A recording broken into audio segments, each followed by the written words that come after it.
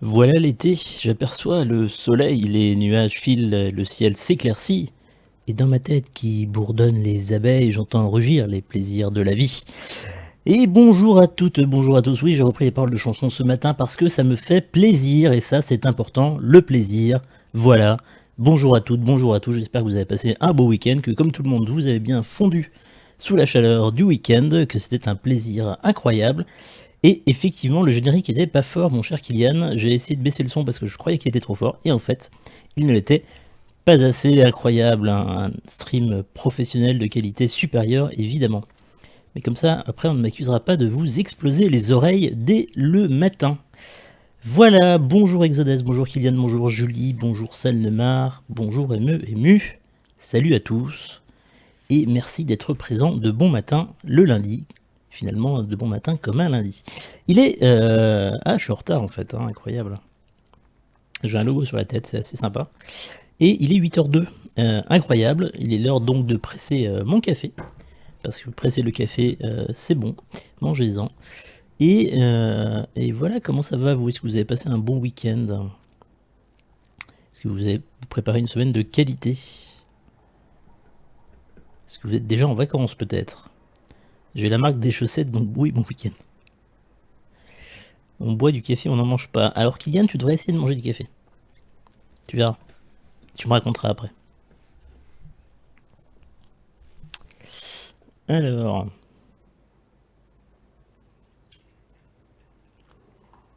Café fraîchement pressé, incroyable. Il va se passer plein de choses ce matin. Et bonjour Jean-Michel Balistique. Et en fait, Sylvain, le thé vert à la menthe, c'est au-dessus de tout. N'entrons pas dans ce débat, mon cher Jean-Michel. Pas mal, mais j'ai un coup de soleil, Exodus. Eh bien, écoute, il faut se soigner. Parce que c'est dangereux, les coups de soleil. Pour en avoir connu de nombreux dans ma vie. Faire attention. C'est important de se protéger. Et ça tombe bien. Merci pour cette sublime transition. Puisqu'aujourd'hui, nous allons commencer la météo par un fail. Par la météo des plages, évidemment. Est-ce qu'on aura des oiseaux aujourd'hui? En fait, je voulais attendre de voir s'il y avait des vrais oiseaux. Mais apparemment, ils sont encore couchés parce qu'il fait trop chaud. Il n'y a pas terriblement d'oiseaux. Ouais, je vais peut-être mettre des oiseaux, vous avez raison. Alors, mettons des oiseaux. Ah, par contre, les travaux sont bien présents, manifestement, eux. Alors, et bonjour Sissa. Ah, il y a quand même quelques oiseaux.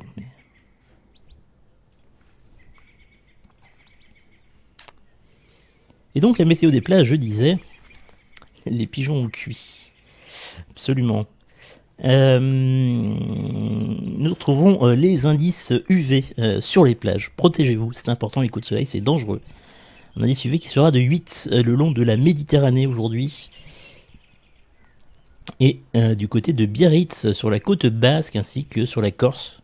Au nord de la Corse, on sera sur un indice de 8. Je crois que c'est un indice de 8 sur 10, il me semble, si je ne dis pas de bêtises. Plus on remontera dans le nord, plus ça baissera, sauf sur la côte de la Manche, où ça remontera jusqu'à un indice de 7 dans le nord de la France, ce qui est assez inattendu. Et donc, je vous invite à faire attention à votre peau et à vos yeux et à vos enfants. Voilà, et à vos aïeux également. Alors ça, c'est pour aujourd'hui. Demain, l'indice sera de 9 sur une bonne partie du sud de la France, parce qu'il fera encore plus beau. Et mercredi, ce sera encore pire. Donc voilà. Hâte de vous voir aux rencontres d'Aix. Eh ben, tu seras le bienvenu, Jean-Michel. 10 sur 10 surface du soleil. Exactement, Perceval. Le bonjour à toi. Attention, Aix, c'est presque au bord de la mer. Oui, presque. C'est pas tout à fait au bord de la mer quand même. Hein. N'exagérons rien. Voilà, et du côté de la température de l'eau, parce que je sais que c'est l'information que vous attendez ce matin, la température de l'eau, Au niveau de la Méditerranée, on sera entre 22 et 23 degrés. L'Atlantique sera entre 20 et 22. Et on va dire que la Manche, ça sera entre 15 et 16 degrés. Voilà. Alors je dis la Manche parce que Brest, c'est à la fois proche de la Manche et à la fois proche de l'Atlantique. Chacun se fera son opinion. Et la température de la mer du Rhin. Kylian, je t'invite à prendre des cours de géographie. Je sais pas ce qu'on vous apprend en Alsace, c'est quoi le programme scolaire, mais... Bonjour Célane, bienvenue à toi. Tout ce qui est au-dessus de Salon de Provence est au nord. Et après Avignon, c'est le cercle polaire. C'est exactement ça, c'est Neymar. Voilà, donc les températures aujourd'hui de l'eau, voilà. Demain, j'ai envie de dire que ce sera significativement identique. Mercredi, ce sera pareil. Parce que bizarrement, la température de l'eau ne varie pas beaucoup d'un jour à l'autre. Hein. C'est assez étonnant comme phénomène, mais on se rend pas compte comme ça. Samedi, tiens, chose intéressante ou pas, c'est la Saint-Raoul. Une bonne fête au Raoul, si vous en connaissez. Il ne fait pas si chaud sur la côte. Mais c'est la température de l'eau, hein, j'insiste.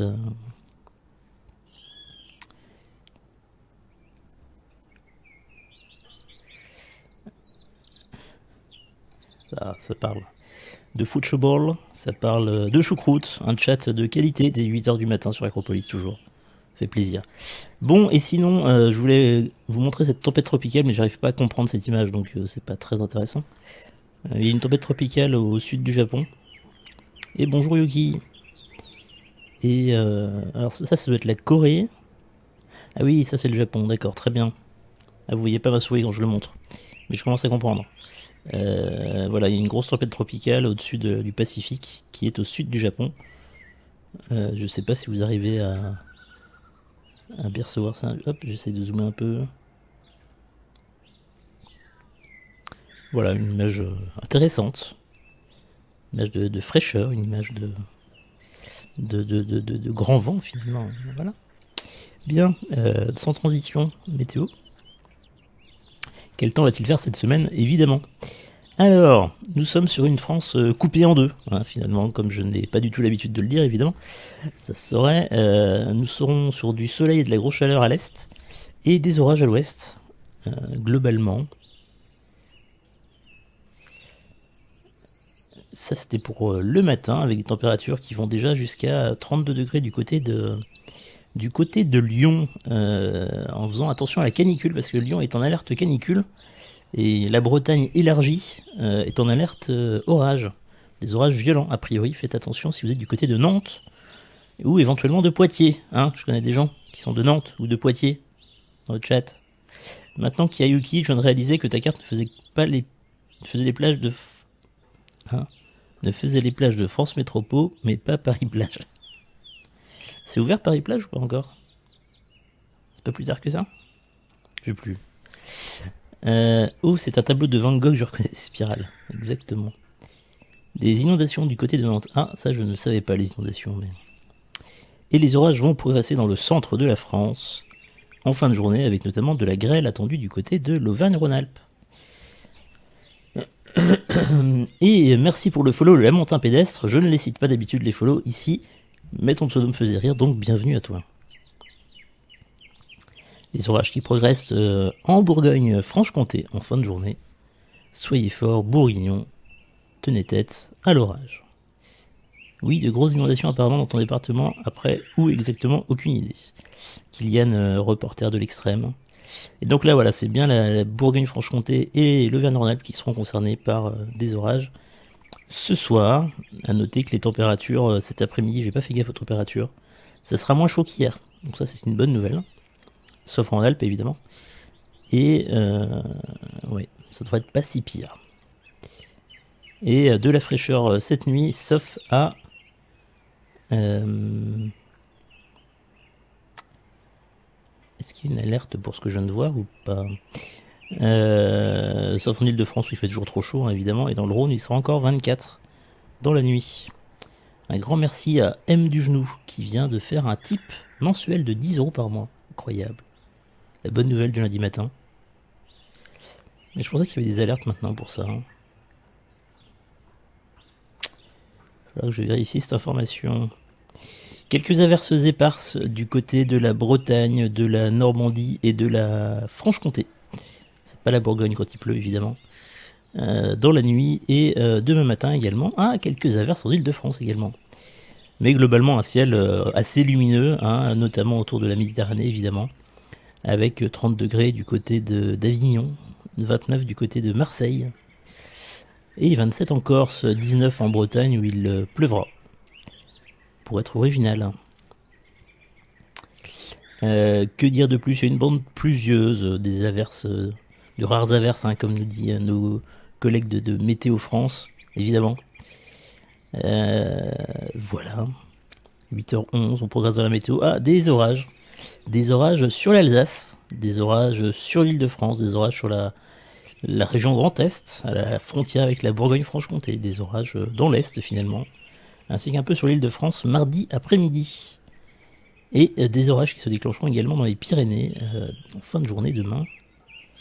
Un ciel de traîne finalement, un ciel pas terrible. Et en même temps, il y a quand même beaucoup de soleil sur cette carte. Mercredi, il fait beau avec de la pluie et des orages. Est-ce que c'est clair ce que je viens de dire? J'espère que vous avez bien compris le message. La façade atlantique qui sera concernée par des orages toute la matinée. De la pluie autour du bassin méditerranéen pour l'entourer et dans le nord-est. Le bassin méditerranéen qui lui sera sous un grand et beau soleil, j'ai envie de dire classique. Bonjour Phyton. Et le quart nord-ouest qui sera sous des éclaircies plutôt dominantes, avec déjà 28 degrés en Île-de-France et du côté du centre Val-de-Loire. La pluie qui se généralise dans l'après-midi, ah, pas terrible, pas terrible, sauf dans le sud. Je pense que c'est à ce moment-là dans sa vie qu'il faut se dire, tiens, et si on partait dans le sud de la France? Et vous allez voir que ça a du sens ce que je vous dis, parce que effectivement les orages de la nuit vont être assez marquants. Et donc je dis, les orages situés dans le centre et le centre-est de la France, ainsi que la pluie sur le centre-ouest, façade ouest, vont donner de la bonne indication, vont bien accompagner le trajet qui nous permettra, nous, Acropolis, vous, public chéri, mon amour, de descendre à Aix-en-Provence, dans le sud de la France. Voilà, donc on fera bien de quitter ces intempéries généralisées globalement pour arriver du côté de la Provence-Alpes-Côte d'Azur. Ils n'ont pas changé de nom en fait? Ça s'appelle pas la région sud maintenant? Tu verras le mur à Avignon. Mais je connais bien Avignon, mon cher Selma. Vendredi, toujours de la pluie un peu partout sauf sur la Méditerranée et sur le nord-ouest de la France. Après, c'est pas des grosses averses non plus, on est sur de la rare averse. De la rare averse, ça se dit ça? Non, pas sûr, pas terrible. Moins d'averses en fin de journée, vendredi. Il fera 26 degrés du côté de Marseille. Et pour fin de journée, nous serons plutôt sur une bande pluvieuse. Alors l'indice de confiance est de 2 sur 5, c'est pas terrible, on va pas se mentir. Mais on aura une bande pluvieuse et orageuse sur les massifs, entre le sud-ouest et le nord-est, sans toucher la Corse évidemment. Voilà, les petites références qui font plaisir. Un samedi qui s'annonce superbe sur la France. Est-ce que cela servira à fêter la victoire et la qualification de l'équipe de France en demi-finale ou pas? L'histoire ne le dit pas. Et donc un samedi de qualité. Sortez les barbecues, sortez les casquettes, sortez les maillots, sortez les claquettes.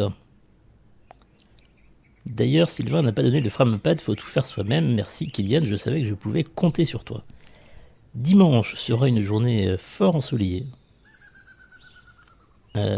Et peut-être que du coup, vu le contexte, il est 8h14 et 45 secondes, ça me laisse 15 secondes pour adapter la situation, adapter le contexte finalement.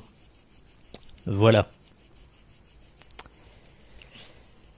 Bref, il est effectivement 8h15 et 0 minutes. Je vous propose de passer tout de suite à l'actualité. J'ai oublié de mettre le logo de la météo, vous auriez pu me le signaler. Bravo, merci. Je vois que je ne peux pas compter sur vous. Terrible. Et donc nous allons pouvoir passer à l'actualité nationale. Actualité nationale qui était préparée par une équipe de rédaction de qualité, comme chaque semaine évidemment, et notamment Kylian, rédacteur en chef adjoint de cette émission, évidemment. Voilà. Je remercierai les autres personnes de l'équipe en temps voulu. Et donc évidemment la première actualité nationale de ce lundi matin, c'est la panthéonisation, ce qui ne se dit absolument pas. L'entrée au Panthéon de Simone et d'Antoine Veil. Ça s'est passé hier matin, c'était le 1er juillet. Et donc ils ont été accueillis au Panthéon, le Panthéon des grands hommes. Alors Simone Veil a été accueillie au Panthéon ce dimanche matin lors d'une cérémonie. Mais alors le Panthéon c'est quoi tu vas me dire, excellente question Rémi. Alors historiquement c'est une église détruite et reconstruite sous Louis XV, commencée en 1764. Le chantier se termine en 1791 et elle est ainsi l'église Sainte-Geneviève. L'Assemblée constituante, après la Révolution, décide alors de la transformer en temple civique, ainsi renommé Panthéon, destiné à accueillir les cendres des grands hommes de la patrie. Il est alternativement laïque puis religieux au gré des péripéties politiques et de l'histoire. C'est finalement en 1885, sous la Troisième République, que le bâtiment est conforté en tant que monument républicain lors des extraordinaires funérailles de Victor Hugo. BFM TV était présent pour couvrir l'événement, évidemment.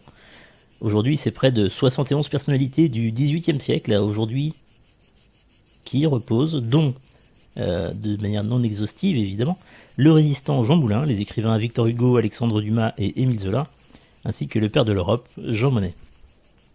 Ils sont plutôt l'un des pères de l'Europe.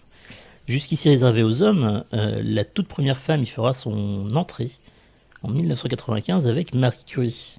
Il y a également des quasi-inconnus français et étrangers, dont 4 Italiens, un Néerlandais et un Suisse, pour avoir soutenu Napoléon. Aujourd'hui, il faut obligatoirement être français pour y être, et sur l'unique décision du président de la République. Pour conclure, certaines personnalités y sont entrées, mais ont également été retirées durant la période tourmentée de la Révolution, comme Mirabeau. Mirabeau qui est connu pour avoir construit un pont, le fameux pont Mirabeau, n'est-ce pas? Bon alors, c'est bien beau tout ça, mais elle a fait quoi, Simone Veil, pour aller au Panthéon? Encore une excellente question qui nous est proposée par Kylian. Simone Veil est née à Nice en 1927 dans une famille juive non pratiquante. Sous l'occupation allemande, elle est arrêtée par la Gestapo avec sa famille en 1944 et envoyée à Auschwitz et Bergen-Belsen. Elle et ses 2 sœurs en seront les seules survivantes. Ce sont donc évidemment des camps de concentration. Après la guerre, elle fait des études de droit et entre dans la magistrature. En 1974, elle est nommée dans le gouvernement Chirac sous la présidence de Valéry Giscard d'Estaing en tant que ministre de la Santé jusqu'en 1979. Et c'est à elle que l'on doit la loi sur l'interruption volontaire de grossesse, le fameux IVG, dépénalisant l'avortement. Votée en 1974, elle entre en vigueur en 1975. Elle a alors fait face à de nombreuses menaces et intimidations, mais ce combat lui a apporté une grande popularité. Elle continue son parcours politique au Parlement européen, dont elle devient la première présidente élue au suffrage universel du Parlement européen durant 3 ans, et continuera d'être députée européenne jusqu'en 1993, après lequel elle intégrera le gouvernement Balladur durant 2 ans en tant que ministre des Affaires sociales, de la Santé et de la Ville. Membre du Conseil constitutionnel de 1998 à 2007, elle a été présidente de la Fondation pour la mémoire de la Shoah, et en 2010, elle entre à la prestigieuse Académie française où elle fera graver son matricule de déporté sur son épée, le 78 651. Elle est finalement décédée le 30 juin 2017 à l'âge de 89 ans et est entrée au Panthéon avec son mari Antoine hier, 1er juillet, 1 an jour pour jour après sa mort. La plus rapide entrée au Panthéon de toute l'histoire.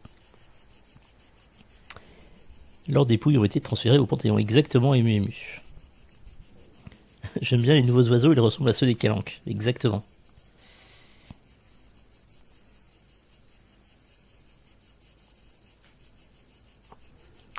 Voilà, ça c'était la grosse actualité de la journée d'hier, enfin l'actualité importante pour la France, l'entrée au Panthéon, la reconnaissance de l'apport de la France, de l'apport à la France de Simone Veil et d'Antoine Veil, et donc leur entrée au Panthéon.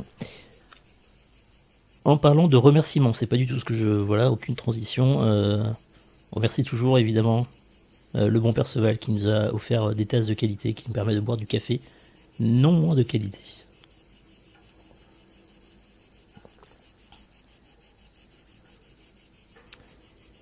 Célène qui fait une double référence dans son message. Donc toute personne bonne pour la France peut y entrer, à part bien sûr Madame Thatcher. On embrasse Renaud Séchant. J'espère qu'il va bien, s'il est toujours debout. Alors, deuxième actualité sélectionnée par notre équipe de rédaction, il s'agit de Mayotte. Dans l'hémicycle du Sénat le 21 juin dernier, Thani Mohamed Sohili, sénateur de la République En Marche de Mayotte, déposait un amendement dans le cadre de la loi Asile et Immigration, examiné au Sénat. Gérard Collomb, ministre de l'Intérieur, avait alors demandé au sénateur de le retirer, annonçant « Lorsque le gouvernement dépose un texte, il n'a pas voulu déposer de point qui est trait à la nationalité. » A déposé le texte, il n'a pas voulu déposer de point qui est trait à la nationalité. Quelque chose de trop important pour qu'effectivement on procède à son remodelage par petites touches. Justifiait le ministre de l'Intérieur, l'invitant à déposer une proposition de loi. Finalement, l'avis du gouvernement défavorable et la commission des lois ayant repris l'amendement à son compte, il a été voté à 248 voix contre 94. Et donc, adopté. De son côté, Emmanuel Macron, un jeudi 26, lors du discours de l'Élysée consacré aux Outre-mer, a évoqué cet amendement. Le sénateur Sohili, je sais pas comment ça se prononce, Sohili ou Sohili, a proposé une évolution des conditions d'accès à la nationalité française, une adaptation particulière compte tenu des défis. Cette évolution, je l'ai notée, fait consensus sur le territoire. C'est pourquoi je soutiens cette démarche qui me semble adaptée et équilibrée, a déclaré le président de la République. Cet amendement, de quoi s'agit-il exactement, finalement ? Cet amendement exige que pour les enfants nés à Mayotte, que l'un de ses parents ait, au jour de la naissance, été présent de manière régulière sur le territoire national, plus de 3 mois pour obtenir la nationalité française. À sa majorité s'il y réside depuis au moins 5 ans, voire avant s'il en fait la demande. Après, je vous explique les enjeux. En 2017, 10 000 nouveau-nés ont vu le jour au centre hospitalier de Mayotte. 74% de ces enfants sont nés de mères étrangères et la moitié de 2 parents étrangers. Cette chimère d'un droit du sol automatique pousse encore un nombre considérable de parents à laisser leur enfant à Mayotte lorsqu'ils font l'objet d'une mesure d'éloignement. Développé alors Thani Mohamed Sohili, citant également le chiffre de quelques 3000 mineurs isolés étrangers sur l'île. Le député avait d'ailleurs déjà déposé une proposition de loi en ce sens en avril qui avait été transmise au Conseil d'État. Elle constitue une adaptation limitée, adaptée et proportionnée à la situation particulière de Mayotte. Et c'est pas le moment pour augmenter le son des cigales, mon cher YouTube. Oh, on est où là ? Merci. C'est dingue ça. Pardon, ma voix part en sucette. Anticipant des questions de constitutionnalité, le Conseil indiquait que l'article 73 de la Constitution permet en Outre-mer des adaptations aux lois et règlements, et que le texte porte sur l'un ou l'autre des parents et fixe un délai de résidence régulière assez bref. Voilà, concrètement, à Mayotte, c'est une situation un peu compliquée, parce qu'il y a Mayotte et... Alors je sais pas, couper le soleil, Salnemart, si t'écoutes bien, il y a encore en fond. Ouais, c'est vrai que le niveau est très faible pour vous. Pardon. Mon bad.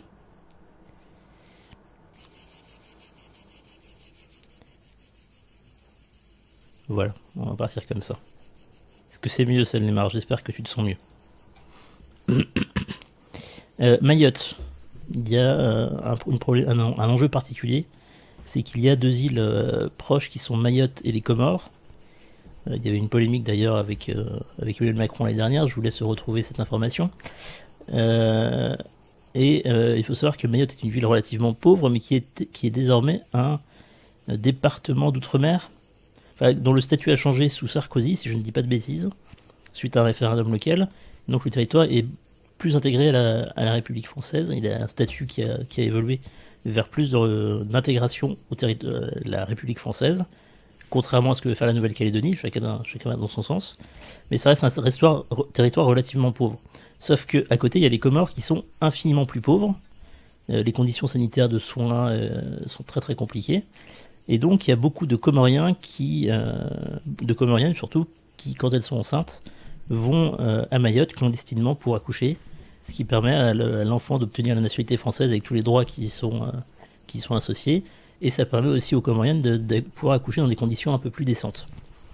Et comme elles n'ont pas le droit de rester, les mères, à Mayotte, elles sont envoyées, les enfants restent sur place parce qu'ils ne peuvent pas être envoyés vu qu'ils ont la nationalité française, puisqu'il y a le droit du sol qui s'applique. Je résume, Et Et du coup, il y a beaucoup d'enfants qui sont abandonnés, entre guillemets, qui sont laissés à la rue, à Mayotte, et que leurs parents ne sont plus là. Et donc ça pose pas mal de problématiques. C'est pas que vous pouvez imaginer. Voilà.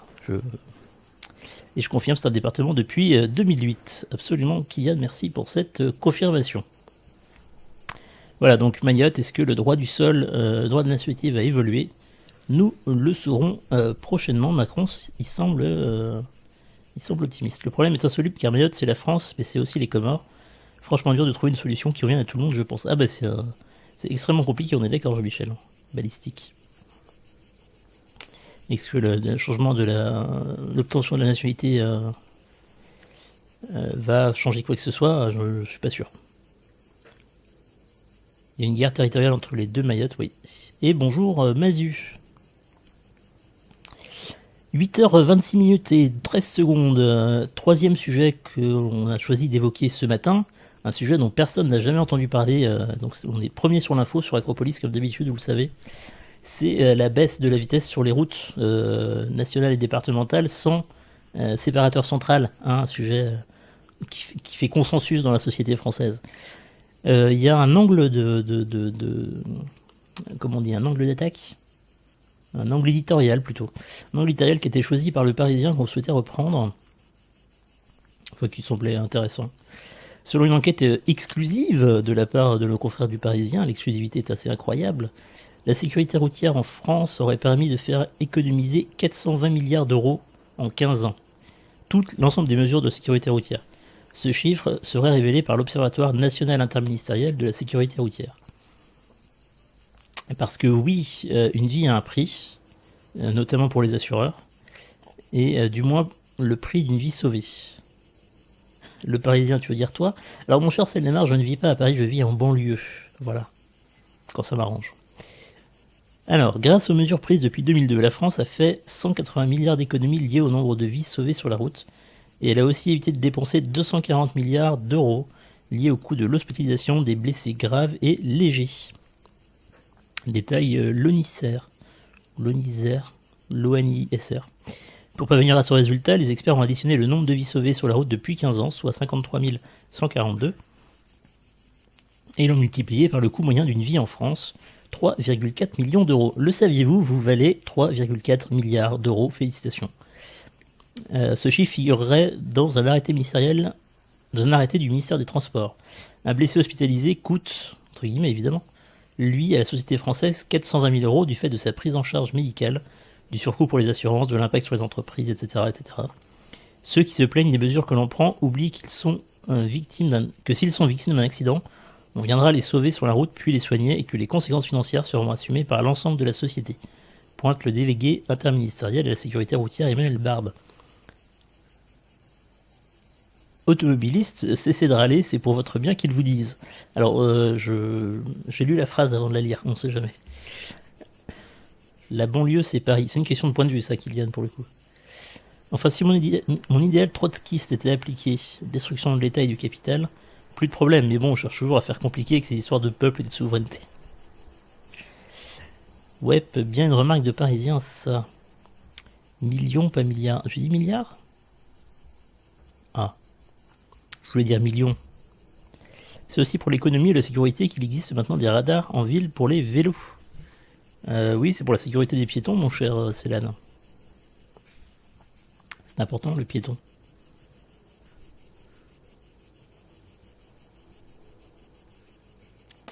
Voilà, je sais pas ce que vous en pensez de ce passage à 80 km/h sur les routes. Est-ce que vous en foutez royalement? Est-ce que vous trouvez qu'on en fait trop? Est-ce que vous trouvez qu'on en fait pas assez? Est-ce que vous trouvez que c'est du populisme? Est-ce que vous trouvez que 80 km/h de toute façon à vélo c'est toujours compliqué à atteindre? Je sais pas. Trottinette électrique aussi, c'est un peu compliqué.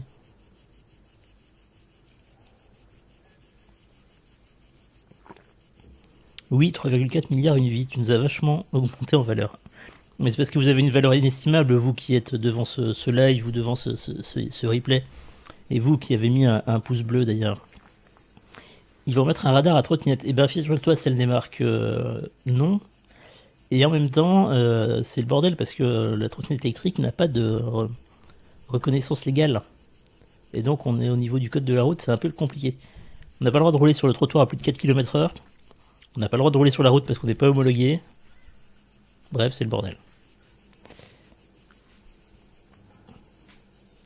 Le hic, c'est qu'avec cette logique, on peut toujours baisser, il n'y a pas de limite. C'est un ajustement à obtenir, ça, pour le coup, Célène. C'est pas le seul facteur de... Tu peux rajouter le paramètre écologique, par exemple. A priori, il est insignifiant sur l'histoire du 80 km/h, mais le calcul, il y a eu des études qui ont été faites aussi qui expliquent que baisser la vitesse sur les autoroutes n'aurait absolument aucun impact sur l'accidentologie. Parce que la vitesse n'est pas un facteur de risque sur l'autoroute, enfin pas autant que sur les routes à double sens sans séparateur central. Si ça sauve des vies, c'est bien, je suis assez d'accord avec Zodès.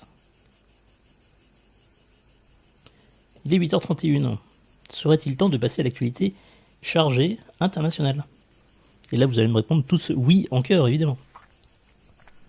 Et vous avez raison, puisqu'à 8h31, il est temps de passer à l'actualité internationale. Je boucle, il y a un petit bug dans la matrice et du coup, je répète ce que je dis plusieurs fois. Première actualité, on est sur le sommet européen qui a eu lieu jeudi et vendredi. Vous êtes beaux.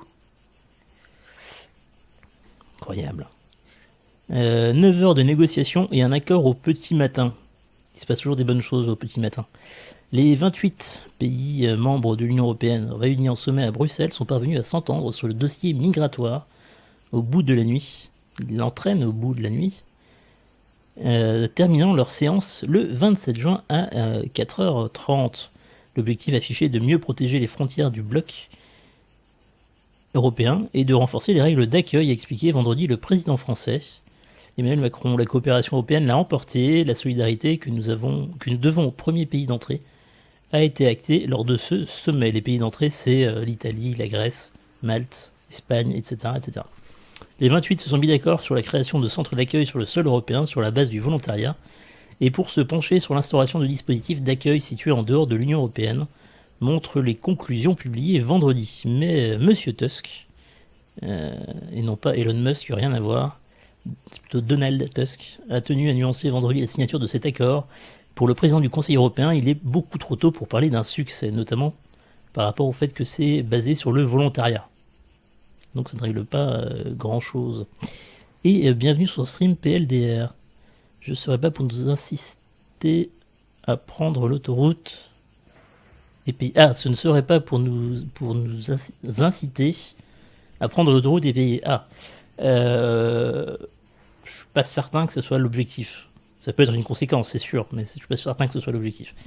Après, tout dépend des trajets, c'est toujours pareil. Bref. Excusez-moi, petite parenthèse routière. Alors que YouTube remonte le son des cigales. Incroyable. Les dirigeants se sont entendus pour instaurer un système volontaire de centres dits contrôlés en Europe, avec l'objectif de tenter de gérer de manière moins chaotique les futurs bateaux arrivant de Libye et entrant dans les eaux internationales, et que, dans le respect des droits de la mer, les Européens se doivent de secourir. Je vous rappelle que les bateaux qui approchent et qui font une demande d'assistance, selon le droit international de la mer, le droit maritime, c'est le port le plus proche qui est le plus sûr qui doit accueillir le bateau quand il y a une demande d'assistance. Et donc souvent c'est les pays du Sud, souvent c'est l'Italie, Malte, etc., etc. C'est ce qui avait fait polémique avec l'Aquarius, le Lifeline, etc. Dans ces centres, une distinction serait faite rapidement entre migrants irréguliers à expulser et demandeurs d'asile légitimes qui pourraient être répartis dans l'Union européenne, là aussi sur une base volontaire. Cette esquisse de hotspot de nouvelle génération sur laquelle les 28 ont buté pendant des heures. Les centres en Europe se feront sur une base volontaire dans les pays de premier accueil. Ils doivent dire s'ils sont candidats. Certains l'ont exprimé autour de la table, il leur appartient de le faire publiquement, a expliqué Emmanuel Macron vendredi à la mi-journée. Quelques heures plus tard, le président français a annoncé que la France n'ouvrira pas de centre fermé. L'Autriche, par la voix du chancelier Sebastian Kurz, a également écarté l'idée d'accueillir un tel centre. On n'est pas un pays de première arrivée, sauf si les gens sautent au parachute. Très élégant ça, a-t-il déclaré. C'est aussi ce que M. Macron a fait valoir pour expliquer qu'il avait refusé l'ouverture d'un centre d'accueil en France. La France n'est pas un pays de première arrivée. Certains voulaient nous pousser à cela. C'est un peu ce que les polémiques récentes ont conduit certains à nous pousser à faire. Je l'ai refusé. Un peu pensée complexe là, mais... Mais effectivement, c'est pas par la France que les migrants arrivent de la mer, en général. Autre point d'accord trouvé, l'idée de plateforme de débarquement hors de l'Union européenne. Ce concept est emprunté au Haut Commissariat des Nations Unies pour les réfugiés. Il est toutefois encore vague, ces centres pourraient se situer dans des pays d'Afrique du Nord. On ignore si ces derniers accepteront, parce qu'évidemment il faut l'accord des pays concernés, ça va de soi. Le chef de la diplomatie marocaine, Nasser Bourita, a déclaré jeudi que son pays rejetait l'idée de tels centres. Le président albanais s'y est également opposé. Alors l'Albanie n'est pas en Afrique du Nord, Kylian, je ne sais pas ce que tu as voulu dire. La Tunisie n'est pas non plus favorable. Alors vu qu'il y a le Maroc et la Tunisie, j'imagine que tu parlais de l'Algérie plutôt que l'Albanie. Mais toute solution doit être une solution européenne, a réagi vendredi matin à l'Organisation internationale pour les migrations, estimant que les centres de gestion des demandeurs d'asile devraient être situés en Europe et non à l'étranger. Les Européens ont également décidé de renforcer leurs frontières extérieures, notamment en augmentant les aides à destination de la Turquie et de l'Afrique du Nord, afin d'éviter de renouer avec des flux comparables à ceux que l'Europe avait enregistrés en 2015. Non, c'est bien Albanais qui va dans l'article. Ah, très bien. Bah, c'est bizarre parce qu'au milieu des pays du Maghreb, et alors qu'on parlait de l'Afrique du Nord, c'est bizarre de voir ça situé à cet endroit-là. Les 28 vont continuer à travailler sur une réforme de la Convention de Dublin censée instaurer un partage plus équitable des réfugiés, mais sa conclusion n'est pas fixée. Un consensus doit être trouvé au sujet du règlement de Dublin afin de le réformer sur la base d'un équilibre entre responsabilité et solidarité prenant en compte les personnes débarquées à la suite d'opérations de recherche et de sauvetage, souligne le communiqué publié vendredi matin. Et salut Mathilde. Bien le bonjour, hein. Trop bien les cigales. Ah bah c'est l'été. Hein. Et salut Neverline. On en parle de Merkel qui est sous la menace d'une motion de censure si la CSU se barre de la coalition. Alors Jean-Michel, c'est un sujet qu'on a vu popper hier soir, notamment avec la démission finalement qui est juste mise sur la table et qui n'est pas encore actée du ministre de l'Intérieur. Et comme on n'en sait pas plus, on va pas forcément s'y étendre parce qu'on est toujours dans l'expectative à savoir ce qui va se passer en Allemagne en fait. Et bonjour Nibal01. Donc voilà, c'est arrivé tard, comme dit Kylian, et surtout c'est en cours. Enfin, on peut pas commenter quelque chose qui est pas encore fait. L'Albanie est un pays de transit qui n'est pas dans l'Europe. Alors c'est pas dans l'Europe, mais continentalement, c'est pas dans l'Afrique non plus. Fiton. Vous avez des putains de criquets dans votre pays. Oui, absolument. Tu connais la France, c'est des cigales en plus, hein, c'est pas des criquets, mais. Le problème, c'est l'immigration actuelle en Russie et tout ça juste pour voir un ballon. Un problème pour qui, Célane ? C'est ça la question. Deuxième sujet dont on voulait vous parler aujourd'hui, c'est la rencontre Trump-Poutine qui a été annoncée. Merci pour la transition, Célane. Le président américain Donald Trump et le président russe Vladimir Poutine vont se rencontrer à la mi-juillet à Helsinki en Finlande. Alors évidemment, nous ne serons pas là pour le commenter puisque nous serons en vacances d'antenne sur Acropolis, donc c'est pour ça qu'on voulait vous en parler maintenant, parce que c'est vachement important en fait ce qui va se passer. Un sommet pour tenter de rapprocher les deux pays. Ce n'est pas par hasard si Donald Trump et Vladimir Poutine se retrouvent à Helsinki. Helsinki en Finlande, évidemment, comme vous le sachiez. C'est là que dans les années 70, le dégel fut amorcé entre les deux blocs de la guerre froide. Et le fait qu'il ne se voit ni à Washington ni à Moscou traduit bien tout le chemin qui reste à parcourir.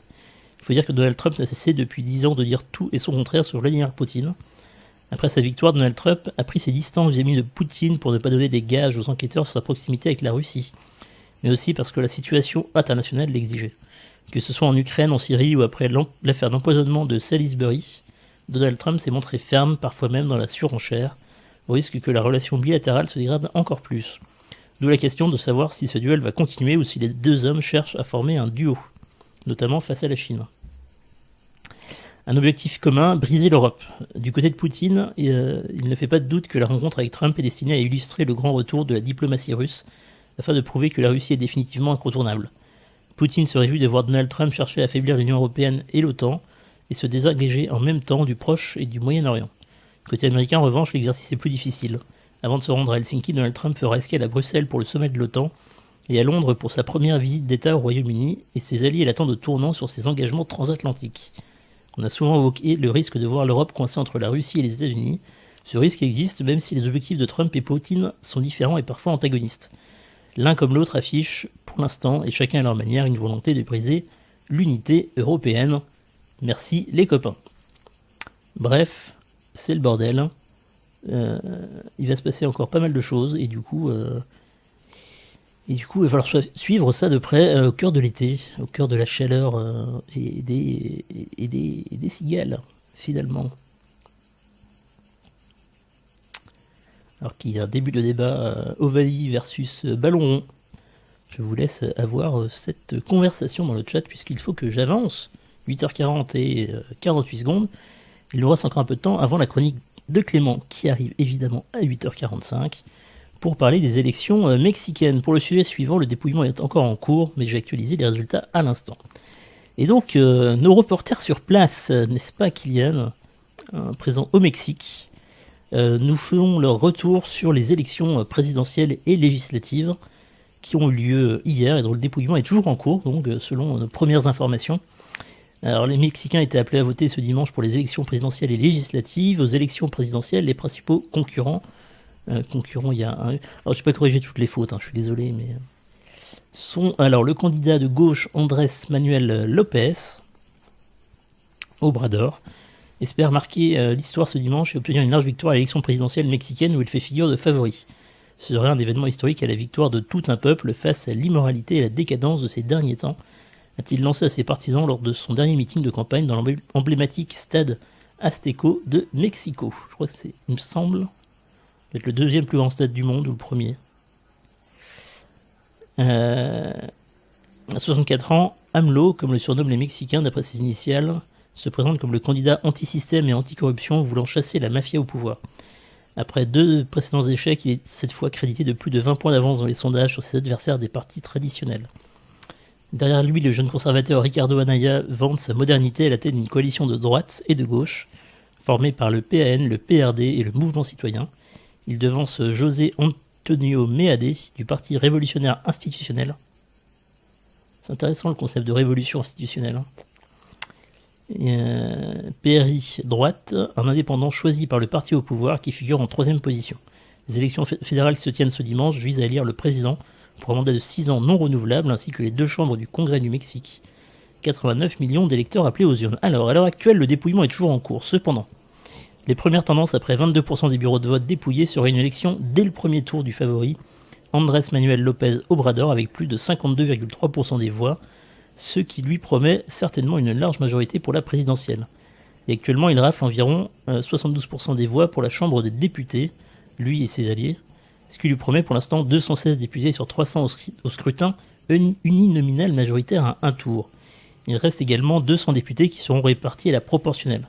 Un peu comme la France va passer à un système à la fois des députés par canton et 15% environ à la proportionnelle, donc il y aura une liste nationale pour élire une 60aine de députés à côté des 340 au scrutin uninominal. On appelle ça un système mixte. Merci pour cette précision, Kylian. Son principal opposant, Ricardo Anaya, Vante, serait pour le moment environ seulement 24,2% des voix à la présidentielle et environ 20,7% à la Chambre des députés, soit entre 62 députés sur 300, plus proportionnel. Il y aurait également sur les 9 postes de gouverneur des États fédéraux, 6 qui seraient remportés par le parti du nouveau président, et notamment une femme, ce qui est une nouveauté. C'est la première fois qu'une femme est élue au poste de gouverneur au Mexique. Pour le Sénat, les règles sont différentes. 96 sièges sont à pourvoir au scrutin majoritaire binominal dans 32 circonscriptions de 3 sièges chacune, correspondant aux États du Mexique, plus le district fédéral de la capitale Mexico. Les partis présentent un binôme de candidats dans chacune d'elles et est élu sénateur le binôme. Est élu sénateur le binôme ayant recueilli le plus de voix dans sa circonscription, ainsi que l'un des membres du binôme arrivé en 2e position, dit sénateur minoritaire. Enfin, les 32 sièges restants sont élus au scrutin proportionnel plurinominal à liste bloquée. Actuellement, 64 sénateurs sur 96 ont été attribués, dont 28 au parti majoritaire avec 29,2% des voix, suivi par son opposant avec 19 sénateurs, soit 19,8% des voix. Bref, au Mexique, le Mexique est en train de basculer à gauche, ce qui semble faire plaisir à Jean-Michel Balistique. C'est pas un trotskiste, donc bon, plus à droite que Jean-Michel Balistique, mais ça lui fait plaisir quand même. À noter que Trump et Trudeau ont déjà félicité le vainqueur, même si le dépouillement est pas encore terminé. Donc le vainqueur considéré comme étant le candidat de la gauche, AMLO, Andrés Manuel López Obrador. Voilà. Ah. Viva la révolution. Bah, tu vas nous dire ça plus en détail, mon cher Nibal, puisqu'il est 8h45 et 39 secondes. Je prépare ce live, je prépare cette chronique finalement. On va préparer le logo parce que c'est important de mettre un logo de qualité. J'ai oublié celui de la météo tout à l'heure. Je vais consulter le message que tu m'as envoyé parce que effectivement les informations n'étaient pas tout à fait prêtes au moment du début de cette émission. Ce n'est pas grave, on improvise finalement. On trouve quelque chose, on n'a qu'à dire à tes amis qu'on les aime pas et puis tant pis. Voilà, comme dirait le poète finalement. Alors, aujourd'hui ça va être un sujet assez lourd, pour une fois n'est pas coutume avec Clément. Mais néanmoins très important et très... un sujet dont il faut qu'on parle, qui est important. Voilà. Alors, ensuite, il faut que je trouve le lien, évidemment, de la chronique, de façon à être le plus pragmatique possible. Pour l'instant, je vous partage le lien du Framapad dans le chat, comme ça, si vous voulez consulter les infos, c'est possible, n'hésitez pas. Et c'est parfait, incroyable.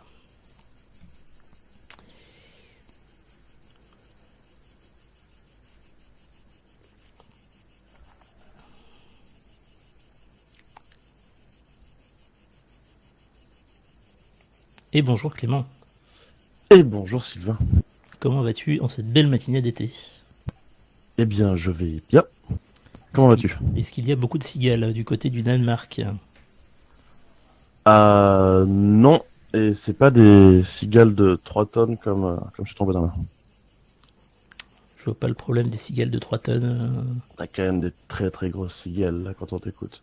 Tu juges en fait. J'aime pas les gens qui jugent. Je juge complètement tes cigales. Aucune honte à le dire. Ce mépris est insupportable. Je vais enlever les cigales sur la chronique parce que ce que propose Kylian en plus. Parce que le sujet s'y prête assez peu, globalement. Je vais baisser ton son parce que tu es fort ce matin. Comme le café. Ouais. Excellent. Perceval, sujet lourd, l'humour de Nibal. Mais je te remercie, Perceval. Bonjour. Il sait de quoi il parle, Perceval, c'est ça qui est bien. Un spécialiste. N'est-ce pas? Excusez-moi, ma gorge gratte un peu. Alors cette semaine, nous allons commencer avec un sujet grave, un de plus. On va parler de cette épidémie qui touche dans l'immense majorité des cas des femmes, jeunes, moins jeunes, enfants, retraités. Il s'agit du viol. Alors tu vas d'abord nous parler de la meute, ces 5 hommes espagnols qui se sont organisés pour violer une jeune femme, se sont filmés et ont été condamnés pour abus sexuels. On en avait entendu parler dans l'actualité il n'y a pas très longtemps, et on va ensuite voir ce qu'est le viol, ce que c'est le viol en Europe et dans le monde. Et encore une fois, c'est un sujet où il sera difficile d'être exhaustif, mais sur lequel tu vas essayer de nous donner, comme d'habitude, une vision internationale. Alors, oui, donc je vais pas vous parler de la meute, mais malheureusement, je vais vous parler des meutes au pluriel. Car il ne s'agit pas d'un événement isolé, et les décisions laxistes de la justice espagnole, si elles n'ont pas créé des émules, n'ont pas réfréné les comportements barbares de certains hommes. Donc retour d'abord sur la première meute. En juillet 2016, 5 hommes andalous se sont organisés via WhatsApp pour fêter les San Fermines à Pamplona. Bon, jusque-là, rien de particulier. Pour des gens de 27 à 29 ans, pour ce moment particulièrement festif, ponctué par la course avec les taureaux dans les rues de Pamplona, suivi par la mise à mort devant public appelée corrida. Sauf que ces jeunes se sont donné un nom de groupe, la manada, ou la meute. Leur but, c'était de droguer et violer une femme en groupe pendant ces fêtes. Chose dite, chose faite. Ils ont mis de la drogue dans le verre de sanglier d'une jeune femme de 18 ans. Elle s'est posée sur un banc. Un des 5 jeunes est venu lui parler. Ils se sont embrassés. Il l'a emmenée à l'écart. Et elle s'est retrouvée entourée de 5 hommes qui l'ont violée sans préservatif et se sont filmés. films qu'ils se sont partagés après les faits. Rattrapés par la justice, ils ont été condamnés pour simple abus sexuel, le viol en groupe, la drogue, la vidéo. Pas assez selon la justice espagnole pour qualifier cela de viol. Après tout, après un verre de sangria, tout est possible. Condamnés à 9 ans de prison pour abus sexuel, pas pour viol. Ils ont été libérés sous contrôle judiciaire après s'être acquittés d'une caution de 6 000 euros. Bien qu'un des 5 hommes ait fait une demande de passeport pendant le jugement, la justice espagnole considère qu'ils ne représentent aucun risque de fugue et que la perte de leur anonymat laisse impensable la réitération d'un tel acte. Alors, quelques temps plus tard, probablement quelques jours plus tard après cette décision judiciaire, probablement impressionné par le système judiciaire espagnol, un nouveau groupe de 5 hommes, dont un mineur cette fois, est passé à l'acte aux Canaries, l'île espagnole au large du Maroc. Le groupe s'est nommé la Nueva Manada, la nouvelle meute, un hommage à peine déguisé au groupe de Pampelune. Ils se sont également filmés en pleine agression sexuelle. Cette affaire arrive au moment où d'autres agressions sexuelles similaires dans la région de Murcie, pendant les fêtes locales, sont en cours d'investigation par la police. Alors, il y a eu des élections récemment en Espagne, et si le nouveau gouvernement espagnol, majoritairement féminin, ne peut pas influencer des décisions de justice, il commence à demander aux magistrats, majoritairement de sexe masculin, de se former à ces questions. Quelque chose qu'on aimerait ne pas avoir à demander à ceux censés appliquer la loi et punir les coupables de viol. Des centaines de milliers de personnes, de femmes principalement, sont descendues dans la rue pour demander des peines plus fermes, mais aussi la démission des magistrats qui ont qualifié ces viols en abus sexuels. Tu m'étonnes. Donc c'était à cette occasion qu'on avait entendu parler dans les médias, notamment dans le cadre des manifestations qu'il y a eu en Espagne, c'était au mois de mai, je crois. C'est ça. Mais cette situation, elle n'est pas spécifique à l'Espagne. C'est vrai qu'on parle de sujets d'actualité par à coup. On a l'impression que ce pays en particulier, cette région en particulier, a un problème. Il suffit de regarder cette carte réalisée par le Women's Stats Project sur la sécurité physique des femmes dans le monde en 2014 pour se rendre compte qu'il n'est pas toujours bon être une femme sur notre planète. Alors, précision, hein, on est d'accord que c'est pas la carte du nombre de viols qu'il y a eu dans ces pays. Non, effectivement, c'est les définitions locales, mais surtout les relevés et le partage de données par les États ne permettent pas d'avoir une vue précise de chaque pays. Les cartes auxquelles j'ai eu accès, il y a beaucoup de pays en gris, les fameux No Data Available. Le Women's Stats Project utilise 350 données, dont les viols, rapportés par les États et les ONG, les organisations non gouvernementales, dans 76 pays pour établir cette carte. Mais donc, comme on le voit, aucun pays n'est considéré comme vraiment sûr, il n'y a pas de vert foncé. La France, où une femme meurt tous les 3 jours sous les coups de son compagnon, où 2 femmes auront été violées d'ici à la fin de cette chronique, est considérée comme l'un des pays les plus sûrs. Les pays d'Europe offrent une protection modérée ou mauvaise aux femmes. Dans la plupart des pays du monde, notamment en Amérique centrale, au Moyen-Orient, en Asie et en Afrique, la situation est juste dramatique, avec des niveaux de sécurité particulièrement bas. En Afrique du Sud, un des pires pays au monde pour les femmes, ce sont près de 500 000 viols qui ont lieu tous les ans. Dans le monde, on estime qu'au moins une femme sur 3 dans le monde a été ou sera victime de violences sexuelles ou physiques, avec des conséquences dramatiques pour la vie. Le taux d'avortement est 2 fois plus élevé chez les victimes d'abus physiques ou sexuels, tout comme les risques de dépression, et accompagné d'une augmentation de 50% du risque d'être contaminé par le virus du sida. Alors, avant d'aller plus loin, je voudrais faire une petite parenthèse. La plupart des statistiques trouvées concernent les viols d'hommes contre les femmes, qui représenteraient 90% des viols. Il y a assez peu d'études qui sont encore menées sur les viols hommes contre hommes, femmes contre femmes, et encore plus rarement, mais toujours aussi réel pour les victimes, femmes contre hommes. La culture du viol, le sexisme, le mythe du mâle alpha ne permettent pas à ce jour à toutes les victimes de s'exprimer, comme ils ne permettent pas à la société de considérer et d'accompagner toutes les victimes, quel que soit leur genre ou celui de leur agresseur. Ça doit être extrêmement compliqué de compiler toutes ces données justement par rapport à la difficulté du témoignage et de ce genre d'informations. Ouais. Alors on parle de violence physique, de violence sexuelle, d'abus sexuels, de viol. Alors ça peut paraître évident, mais est-ce que tu pourrais nous préciser ce qu'est un viol en fait, exactement? Comment on le définit? Ouais, alors en fait c'est une question hyper compliquée. La définition elle n'est pas faite par les victimes déjà, elle varie beaucoup selon les pays. Dans beaucoup de pays, il faudrait presque que la victime ait un peu de GHB dans le sang ou de l'ADN de son agresseur sous les ongles pour être considérée comme victime de viol. En Europe, il n'y a que 10 gouvernements qui reconnaissent que tout acte sexuel non consensuel est un viol. Il faut pouvoir dire oui. C'est pas Euh, l'absence de non qui crée le consensus. quand tu dis consensuel, tu veux dire consenti? Oui, Ok. donc il s'agit des gouvernements anglais, gallois, écossais, nord-irlandais, irlandais, belges, chypriotes, luxembourgeois, allemands et depuis le 1er juillet, donc depuis hier, le gouvernement suédois qui ont reconnu l'importance du consentement. Cela rejoint d'ailleurs les recommandations de l'ONU en la matière. Et s'il y a une évolution, comme en Suède, portée par le mouvement MeToo, cela ne se passe pas partout de la même manière. En Norvège, le 5 avril, le Parlement a rejeté une proposition allant dans ce sens, gardant une définition beaucoup plus archaïque du viol.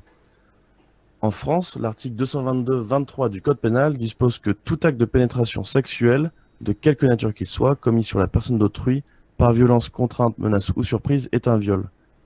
Donc même si on a une définition précise, on n'est toujours pas sur une question de consentement. Il faut quand même que la victime montre un peu de résistance d'une certaine manière. Ce qui peut poser problème dans pas mal de cas. Exactement. Question de chantage notamment. Mais on y vient. C'était même pire il y a encore quelques temps en France. Jusqu'en 2010, l'article 222-22 disposait que la présomption de consentement des époux à l'acte sexuel ne vaut que jusqu'à preuve du contraire. Donc jusqu'à preuve du contraire, la victime était consentante. C'est toutes les histoires qu'il y a eu de viol conjugal. C'est ça, De faire comprendre qu'on peut être violé dans le cadre du couple et du mariage également. exactement ça. Si on reste un petit peu en France, on recommande aux victimes d'aller chez le médecin pour se faire examiner et prouver l'existence d'un viol. Si cet examen est utile et essentiel, à bien des écarts pour la victime et la justice, l'étude de ces résultats ne prend pas en compte toutes les formes, toutes les conditions, toutes les violences psychologiques, tous les chantages qui peuvent amener à une pénétration. On va rester en France et on rappellera que 74% des viols sont commis par un proche de la victime au domicile d'une des deux personnes et que 90% des violeurs ne présentent strictement aucune pathologie mentale. C'est pas des monstres à lunettes à double foyer et une moustache qui font ça. C'est des gens comme toi et moi, j'ai envie de dire, qui passent à l'acte. Et il s'agit bien d'actes barbares, donc largement commis contre des proches, la moitié du temps sur des mineurs, filles Ouais, ou garçons. c'est énorme, la moitié du temps. Alors Ouais.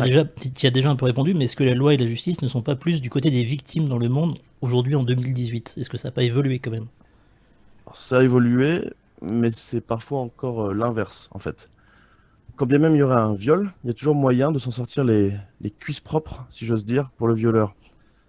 24 pays dans le monde, dont la Russie, la Serbie ou la Grèce, ont une loi permettant au violeur d'épouser sa victime pour réduire ou annuler sa sanction. Plutôt que d'avoir le déshonneur d'avoir une fille violée, certains préfèrent la pousser vers le mariage. On peut aller plus loin dans l'horreur.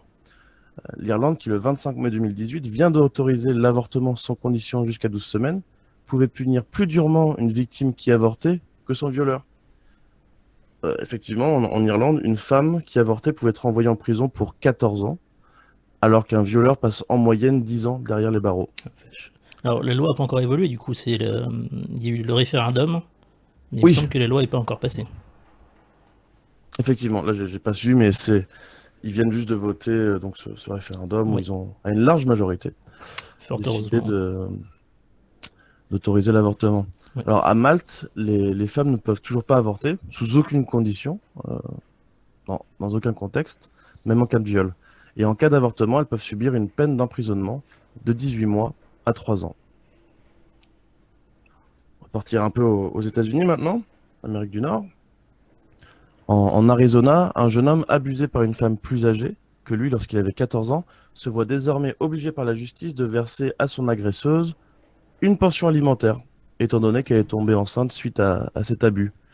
En Caroline du Nord, si une femme demande à un homme de s'arrêter pendant un acte sexuel et que celui continue malgré tout, cela ne peut pas être considéré comme un viol ou comme une agression. Si l'on a donné son consentement en début d'acte, malgré des violences qui pourraient apparaître pendant l'acte, malgré une peur ou tout simplement un changement d'envie, on ne peut pas revenir en arrière. On a signé, c'est pour en chier. Formidable. Oui, bon, on va continuer, il y en a encore un petit peu.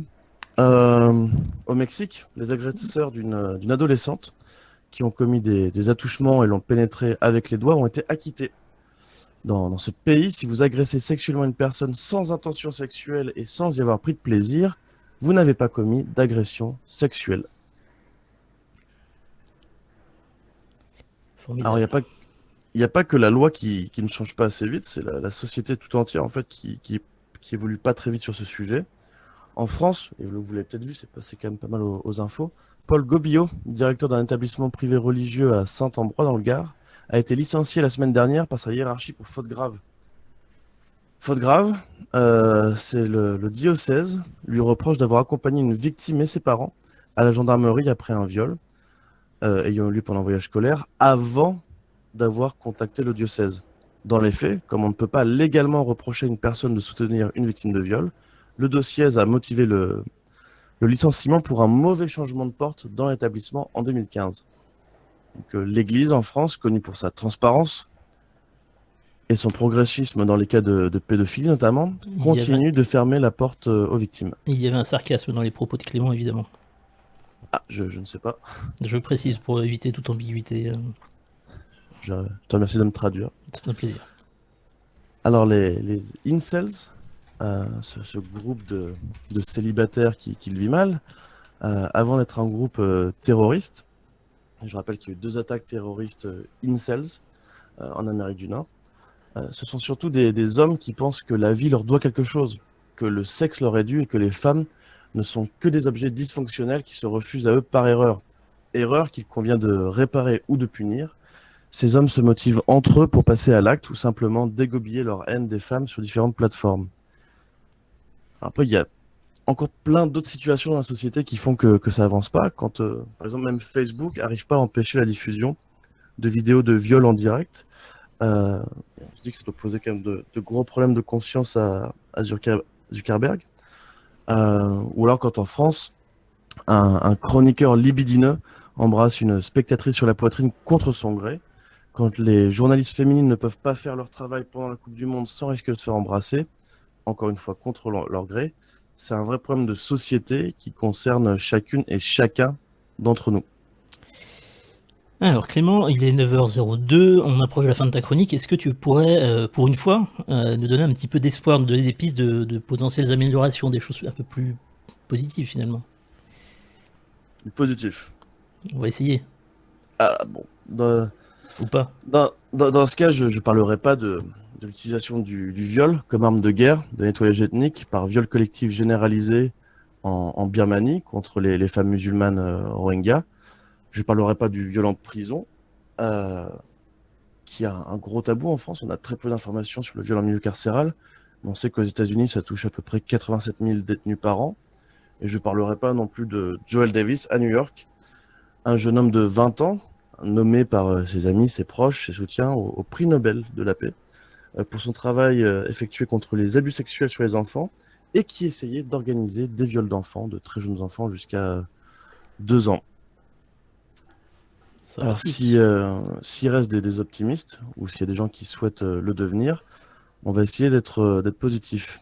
Il faut que je réfléchisse. Bon courage. Euh, non, mais on a vu qu'il suffisait pas en fait de signer des traités, des conventions, des lois pour s'y soumettre. La semaine dernière, on en a parlé. Tous les pays du monde, sauf les États-Unis, ont signé la Convention relative aux droits de l'enfant, sans que cela n'empêche des abus sur chaque continent et dans chaque pays. Alors du coup, je me demande, est-ce qu'il y a une autre solution que l'éducation? J'en sais rien, mais c'est une solution. En Inde, ça se fait, ils commencent à le faire. Dans ce pays qui est aussi gangréné par les viols, les chauffeurs de taxi de Delhi ont une formation anti-viol pour leur faire comprendre que les femmes doivent être respectées, qu'on ne doit pas les violer.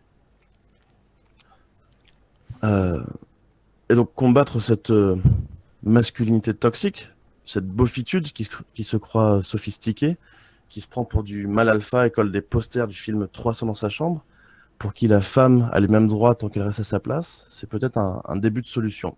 Donc on en est là. Je pense qu'il faut tout prendre à la base. Il faut éduquer les individus un par un. Il faut s'éduquer soi-même. Et donc même si j'aimerais proposer une solution toute faite pour tout le monde, je vais surtout essayer d'éduquer mes gamins à respecter leurs camarades, leurs sœurs, leurs mères, par les mots et surtout, je l'espère, par l'exemple. Et sur ce, je vais te souhaiter, j'imagine, une bonne semaine. Eh bien, une très bonne semaine à toi. Merci pour cette présentation un petit peu lourde pour cette matinée, mais ô combien importante. Et à la semaine prochaine. À la semaine prochaine, merci à toi. À bientôt.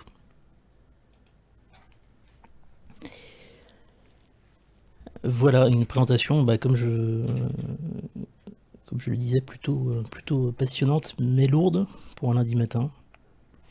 On va essayer d'alléger un peu la tension. Pas facile d'enchaîner après ce sujet. Hein. Voilà qui donne bien envie de démarrer la semaine. Ouais, c'est ça, Kylian. Je vais remettre du son apaisant. Il est 8h, il est 9h06. Alors j'ai choisi l'option bruit de la mer, chant des oiseaux, détendre, pour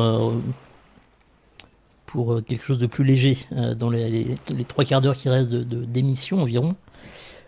Voilà, le bruit de la mer, il fait beau, il y a du soleil, hein. Il fait chaud, mais moins, donc c'est chouette. J'ai la pêche, je vais de suite aller sauter de la grue en face de mon logement. Je râle de français ce matin, je vais déprimer avec ce que je viens d'apprendre. Mais du coup, Phyton, ça te permet de te déstresser, puisque tu penses à autre chose, et tu mets en perspective l'importance de ton oral par rapport à ce qui se passe dans le monde, en fait. Donc tu vas aller à ton oral détendu, et tu vas mesurer tout le poids du monde sur tes épaules, et du coup tu pourras réussir ton oral, parce que tu n'auras pas la pression de l'oral. Voilà.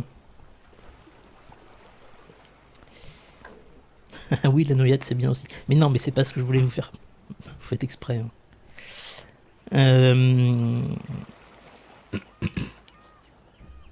Bref, il est 9h07. Il est temps de passer au programme de la semaine. En passant par la gazette du dernier jour de la fin de semaine, évidemment. Du dernier jour de la semaine, parce que du dernier jour de la fin de semaine, ce qui est vrai aussi, notez, mais ça n'importe pas grand-chose. Avant d'écouter cette émission, le lundi me déprimait, maintenant, tous les lundis, je me dis que je suis pas à plaindre. Bah voilà, ça c'est positif, Dracook. Presque.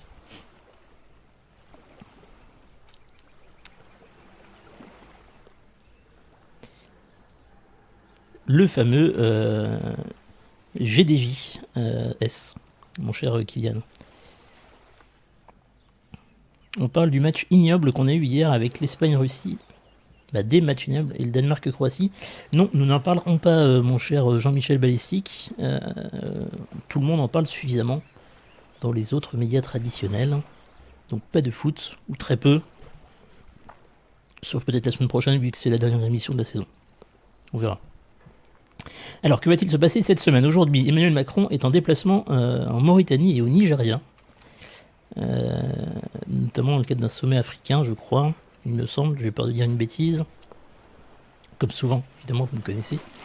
Et à noter qu'il y a eu aussi une tentative d'attentat au Mali contre des soldats français. Et il y a eu 4 blessés ce week-end. Voilà, pour continuer avec les bonnes nouvelles, les bonnes informations. Au sommet de l'Union africaine. Merci Kylian. Aujourd'hui toujours, rencontre à Lisbonne entre le nouveau chef du gouvernement espagnol Pedro Sanchez et son homologue portugais Antonio Costa. Je pense qu'ils vont aborder le sujet de l'élimination de leur club, de leurs équipes nationales à la Coupe du Monde, évidemment. Premier sujet sur la table entre ces deux dirigeants. 4 morts civiles et 4 blessés au niveau des soldats français, nous dit Kylian, pour le Mali. Très bien. Eh bien, bonne journée à toi, Phyton, et j'ai envie de te dire merde pour ton oral, du coup. Tu viendras nous raconter comment ça s'est passé au prochain live. Aujourd'hui, c'est également le 10e anniversaire de la libération d'Ingrid Betancourt. Elle est en photo sur le document que je vous présente. Vous vous rappelez, Ingrid Betancourt, c'est la franco-colombienne qui avait été prisonnière des FARC, la force armée colombienne. On en a parlé il y a quelques semaines parce qu'il y a eu les élections présidentielles en Colombie. Et voilà, elle était longtemps prisonnière des FARC et ça fait 10 ans aujourd'hui qu'elle a été libérée. Début des rencontres internationales de la photographie d'Arles, aujourd'hui, 8e édition de la Nuit des Églises, dans toute la France. Je ne connaissais pas cet événement, voilà, vous savez que c'est la Nuit des Églises, dans toute la France. Demain, le Sénat examine le projet de loi relatif à la lutte contre la fraude, nous en parlerons dans le programme parlementaire, évidemment. Nouvelle audition de Nandel Lelandais à Grenoble, pour les juges chargés de l'affaire Maëlys, disparition et le meurtre de la petite Maëlys et de plusieurs autres disparitions liées à Nordal Lelandais. Arrêt de la Cour d'appel de Paris au procès de Christine Rivière, surnommée Mamie Djihad, un super surnom, pour association de malfaiteurs à visée terroriste. On aura également demain l'ouverture du 22e festival Pause Guitare d'Albi, l'élection du maire de Tunis et l'élection du successeur de Pierre Gattaz à la présidence du MEDEF. Il y a 2 candidats à la présidence du MEDEF. A priori, c'est le gros bordel en ce moment au MEDEF. Ça n'a jamais été aussi serré entre 2 candidats. Et donc, demain, c'est jour d'élection. MEDEF, le syndicat des patrons. Plutôt des grosses entreprises, globalement. Mais tous les patrons peuvent adhérer au MEDEF. Mercredi, le gouvernement présente son plan en faveur de la biodiversité à Paris. On en saura plus donc mercredi. Ouverture du festival d'art lyrique d'Aix-en-Provence. Jour de l'indépendance, fête nationale des États-Unis. C'est tous les ans le 4 juillet. Comme vous le savez tous évidemment. Israël annonce le lancement d'un véhicule spatial sur la Lune. Donc on le sait déjà qu'ils vont l'annoncer mercredi. Je toujours trouvé ça étonnant le fait qu'on sait qu'il va y avoir une annonce. Alors que normalement une annonce c'est censé annoncer. Voilà. Dorian qui nous dit il y a trop d'argent en jeu au MEDEF en ce moment, c'est pour ça que c'est le bordel. Dorian analyse. Merci Dodo. Discussion de 2 propositions de loi à La République En Marche contre les fausses nouvelles en période électorale. Ça, ce sera à l'Assemblée nationale. Pareil, on en reparlera dans 5 minutes. Jeudi, publication du rapport de la Commission d'enquête sûreté et sécurité des installations nucléaires. Suite au passage dans aux visites des centrales nucléaires par des militants de Greenpeace, je pense qu'il y a un lien avec ça. Angela Merkel reçoit Theresa May à Berlin pour parler du Brexit. Angela Merkel, la patronne, la chancelière allemande qui reçoit la première ministre anglaise à Berlin. Début du festival de musique des Eurokiennes de Belfort, jeudi toujours. L'ouverture de la Japan Expo à Paris. 8e édition du festival Fnac Live sur le parvis de l'Hôtel de Ville. Et 4e colloque national photovoltaïque à Rousset. Tiens, il y a une vidéo de Aude What the Fake, sur le sujet des fake news, absolument. Et il se pourrait qu'elle ait échangé des messages privés avec Jean pour avoir des informations pour sa vidéo. Une information confidentielle, évidemment. Vendredi, nous apprendrons les résultats du baccalauréat. Et j'espère que vous aurez tous votre bac, absolument. Absolument, je dis parce que je lisais le message d'Exodes qui disait il faut regarder Aude. Effectivement, je vous conseille d'aller voir la chaîne YouTube Aude What the Fake. La CGT et Sud appellent à continuer la grève à la SNCF et ça reprend vendredi pour le premier week-end de départ en vacances. 18e rencontre économique d'Aix-en-Provence du 6 au 8 juillet. On en reparle à la fin de cette émission, évidemment. Et début des quarts de finale de la Coupe du Monde de football en Russie, et notamment le match France-Uruguay à 16h vendredi, que vous ne regarderez pas, et on en reparle à la fin de cette émission, évidemment. Également vendredi, ouverture de la 72e édition du Festival de théâtre d'Avignon. Barack Obama qui participe à une conférence sur l'économie circulaire à Madrid, puis à une conférence sur le changement climatique à Porto. On est content d'avoir des informations sur le programme, l'agenda de Barack Obama, c'est important. Samedi, Noirmoutier en Lille, Fontenay-le-Comte, première étape du Tour de France cycliste. Est-ce qu'il y aura Chris Froome, est-ce qu'il n'y aura pas Chris Froome? Nous le saurons samedi, puisque les organisateurs du Tour ont décidé de le déclarer qu'il n'était pas le bienvenu. Voilà. Suite à l'enquête en cours sur des suspicions de dopage. Il y aura également la Gay Pride de Madrid, 40 ans après la première grande mobilisation. Et le départ de la Pride in London Parade, à Londres donc. Et qu'est-ce que je voulais dire? Et je voulais dire qu'il y avait eu celle de Paris samedi également, dernier. Et dimanche, Grand Prix de Formule 1 de Grande-Bretagne à Silverstone. Rien à voir avec Silverstone Stallone, évidemment. Excusez-moi, l'humour de qualité, ça me fait tousser. Moi, je ne comprends pas ce phénomène. Voilà pour le programme de la semaine sur le plan actualité. On va passer au programme parlementaire de la semaine, qui nous a été préparé par Kylian, évidemment. Mais à Paris, c'est déjà passé Wifimat, c'était samedi dernier, il y a 2 jours. Et il y avait plein de monde. Alors, au programme cette semaine de l'Assemblée nationale, on rentre dans la session extraordinaire, ce qui veut dire que mardi, il y aura séance de QAG, mais il n'y en aura pas mercredi.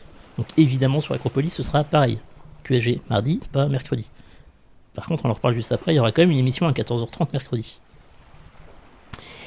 À l'Assemblée nationale, cette semaine, il y aura la suite de la discussion de la proposition de loi relative à la lutte contre les fake news, les fausses informations, et discussion de la proposition de loi organique relative à la lutte contre les fausses informations. 2 lois sur deux formats différents. Mercredi, il y aura également, en plus de ces 2 sujets de discussion, la discussion de la proposition de loi renforçant la lutte contre les rodéos motorisés à trottinette électrique, évidemment. Et jeudi, pas mal de sujets et beaucoup de ratifications de conventions internationales. Alors, discussion en nouvelle lecture du projet de loi ratifiant l'ordonnance du Parlement européen et du Conseil concernant les services de paiement dans le marché intérieur. L'idée est d'harmoniser tous les usages bancaires au niveau européen. Également discussion du projet de loi autorisant la ratification d'une convention multilatérale pour la mise en œuvre des mesures relatives aux conventions fiscales pour prévenir l'érosion de la base d'imposition et le transfert des bénéfices. Ça, c'est pour éviter l'évasion fiscale, en gros. Éviter que les bénéfices soient transférés dans des pays qui font moins payer d'impôts. Alors, je ne connais pas exactement les mesures de cette disposition, évidemment, mais voilà, c'est ça l'idée de base. Discussion ensuite autour d'une convention, d'un accord de partenariat sur les relations et la coopération entre l'Union européenne et ses États membres d'une part et la Nouvelle-Zélande d'autre part. Les fameux accords de libre-échange, là c'est entre l'Europe et la Nouvelle-Zélande. Chaque parlement national vote pour cette convention. Ensuite, on a ratification de la convention autorisant l'adhésion au protocole contre la fabrication et le trafic illicite d'armes à feu, de leurs pièces, éléments et munitions additionnelles à la Convention des Nations Unies contre la criminalité transnationale organisée, adoptée à New York le 31 mai 2001. Voilà, 17 ans pour prendre une disposition nationale. Nouvelle lecture de la proposition de loi modifiée au Sénat relative à la mise en œuvre du transfert des compétences eau, assainissement aux communautés de communes. Alors ça, c'est un fonctionnement très typique des collectivités locales dont on parlera, j'espère, bientôt sur Acropolis. La gestion de l'eau et de l'assainissement, donc l'arrivée de l'eau dans les foyers ou dans les entreprises, dans les exploitations agricoles, et la gestion de l'évacuation de l'eau et du traitement des eaux usées. Jusque-là, c'était géré soit par des syndicats mixtes au niveau communal, soit par des communautés de communes. Et là, globalement, toutes les communautés de communes vont avoir cette compétence eau et assainissement directement d'après cette proposition de loi. Et enfin, suite de la discussion sur les fausses informations. Voilà. Au Sénat, cette semaine, on va parler du projet de loi relations commerciales dans le secteur agricole et alimentaire, dont on a déjà beaucoup parlé, notamment à l'Assemblée nationale. Également du projet de loi lutte contre la fraude, lutte contre les violences sexuelles et sexistes. Le projet de loi porté par la secrétaire d'État chargée des relations, chargée de l'égalité entre les femmes et les hommes, Marlène Schiappa, et complètement en raccord avec le sujet de la chronique de Clément tout à l'heure.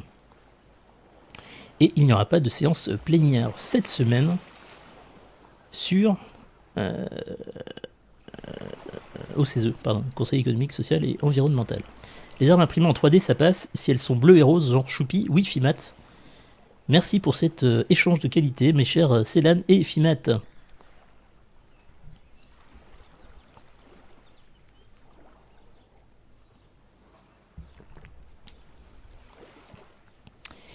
« 9h19 et 30 secondes.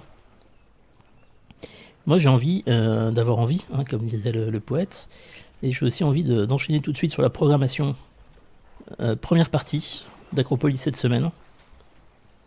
Et on reviendra sur l'actualité scientifique après. Et je vous ferai les annonces tout à la fin. Histoire de déstructurer un maximum cette chronique. Et je sais que ça va perturber Kylian, mais voilà, tant pis.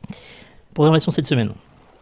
Aujourd'hui, comme un lundi, avant-dernière semaine d'émission sur Acropolis, je vous rappelle qu'on arrête le 14 juillet les émissions.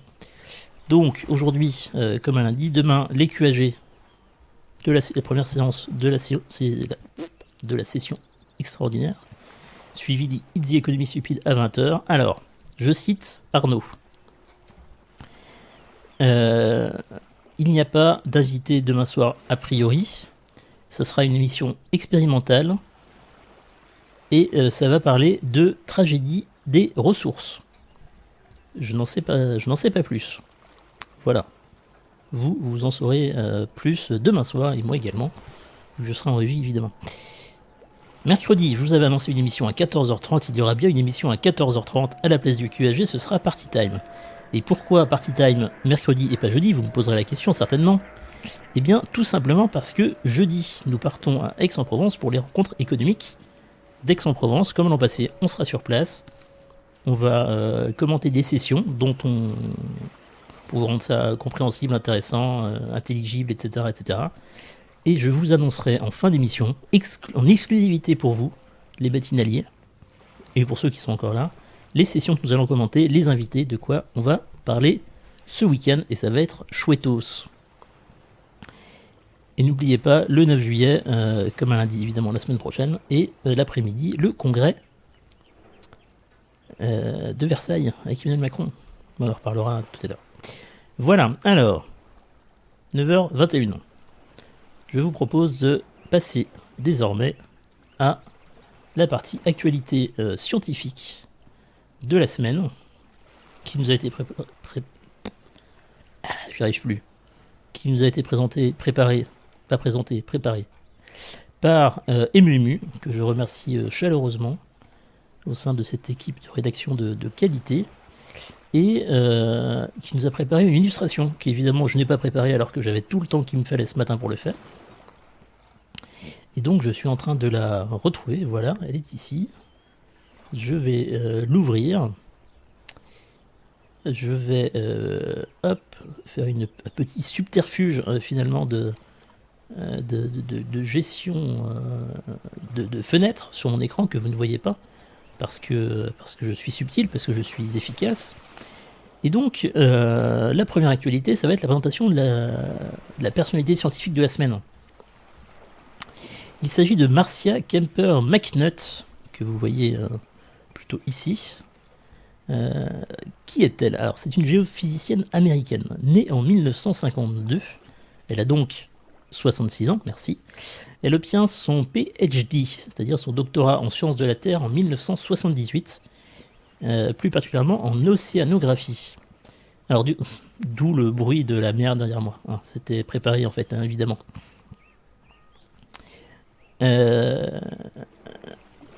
Durant sa carrière de chercheuse, elle commence par faire des prédictions de tremblements de terre pour le United States Geological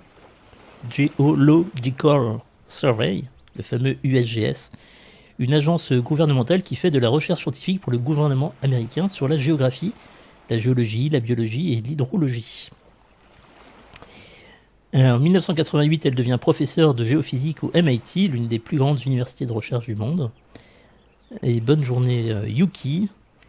Durant le reste de sa carrière, elle participe à 15 expéditions d'océanographie, dont 9 pour lesquelles elle était directrice de recherche, le poste le plus haut d'une équipe de recherche. Son travail portait principalement sur la rhéologie, un domaine qui étudie la déformation et de l'écoulement de la matière sous l'effet d'une contrainte. Source Wikipédia. Elle s'intéressait notamment au mouvement des roches de la lithosphère, c'est-à-dire la couche supérieure et la plus rigide de la Terre, voir les étoiles rouges sur le schéma que je vous présente actuellement, la présentation. Que veut dire USGS, Sylvain? Eh bien, excellente question, Célan. Ça veut dire United States Geological Survey, évidemment. Il faut que je m'entraîne à le dire. United States Geological Survey. Pas facile à dire, geological. Geological. Ah voilà, facile. Donc, elle a travaillé sur les mouvements de roches de la lithosphère, la couche supérieure la plus rigide de la Terre, marquée sur des étoiles rouges sur l'image, et son travail le plus connu porte sur la pression produite par les jeunes volcans et comment ils arrivent à le tordre à la tordre, cette fameuse lithosphère. Nos amis les volcans. Il est difficile de résumer tous les postes qu'elle a occupés, les matières qu'elle a enseignées ou les articles scientifiques qu'elle a publiés, parce qu'ils sont trop nombreux. Son CV dans les sources, on mettra en bas de la description cette fois-ci. Je suis désolé pour l'absence des sources dans les vidéos précédentes, je vais fouetter le stagiaire qui a mal fait son travail, évidemment. Et cette fois-ci, je surveillerai de plus près cette information, cette prise en compte et cette notification des sources dans la description. On va en citer quelques-uns quand même, des postes qu'elle a occupés. Entre 2009 et 2013, McNutt est nommé par Obama à la tête de l'USGS. L'USGS, donc si vous avez suivi, l'United States Geological Survey, et conseillère scientifique au secrétariat de l'Intérieur, département du gouvernement américain qui s'occupe du territoire des États-Unis. Durant son mandat, elle gère de nombreux accidents environnementaux comme les grandes fuites de pétrole de 2009 et des tremblements de terre. Elle est l'instigatrice de nombreux dispositifs législatifs sur la protection de l'environnement et la protection des espèces en voie de disparition. En 2013, McNutt prend la direction de Science, l'un des plus grands journaux scientifiques de tous les temps. En particulier, c'est elle qui a poussé le journal à mettre un maximum de ses articles en accès libre sur Internet. Et ça, c'est un vrai sujet, l'accessibilité des sujets scientifiques et des articles scientifiques. Un sujet sur lequel il sera intéressant de se pencher. Depuis 2015, elle est directrice de l'Académie nationale des sciences américaines. Pour résumer, bien que Marcia McNutt ne soit pas à l'origine de découvertes majeures en géophysique, son travail de chercheuse est toujours d'actualité. Il est par contre indéniable que son travail auprès de l'État américain et son poste de directrice de journal en fait une des personnalités scientifiques les plus influentes aux États-Unis et donc plus ou moins au monde. Du coup, voilà, personnalité de la semaine, des gens qu'on ne connaît pas et qui pourtant ont une influence considérable dans le monde aujourd'hui. L'info écolo-techno de la semaine, proposée par EMU, les grands immeubles sont de grands gaspilleurs d'énergie. Vous le savez tous, évidemment. Même le double vitrage est un isolant thermique de piètre qualité et les gratte-ciel en sont couverts. On a eu un débat sur le double vitrage avec Exo sur le Discord d'Acropolis, Discord que je vous invite à rejoindre évidemment promptement. Une des solutions proposées par des scientifiques est de remplacer ces fenêtres par des panneaux solaires. Alors jusqu'à présent, les seuls panneaux solaires transparents étaient teintés soit de rouge, soit de brun, ce qui était fort peu pratique. De nouveaux matériaux et de nouvelles technologies permettent depuis peu de créer des panneaux qui absorbent uniquement les infrarouges et les ultraviolets. Ils sont donc transparents à la lumière visible et n'ont donc pas de couleur. Ces nouvelles fenêtres seraient donc capables de créer de l'électricité juste en étant illuminées par le soleil, électricité qui pourrait être alors utilisée pour chauffer le bâtiment en hiver. De plus, les ingénieurs et les chercheurs pensent pouvoir combiner cette technologie avec des verres qui deviennent de plus en plus opaques quand il y a trop de soleil, comme les verres progressifs, ce qui permettrait de baisser les coûts de climatisation en été. Les coûts et donc l'impact climatique. C'est donc une technologie prometteuse, même si le rendement de ces panneaux solaires sont pour l'instant encore assez bas. Et bonjour Raven. On voit pas le Framapad. Oui, je sais que vous voyez pas le Framapad, Kylian, c'est voulu.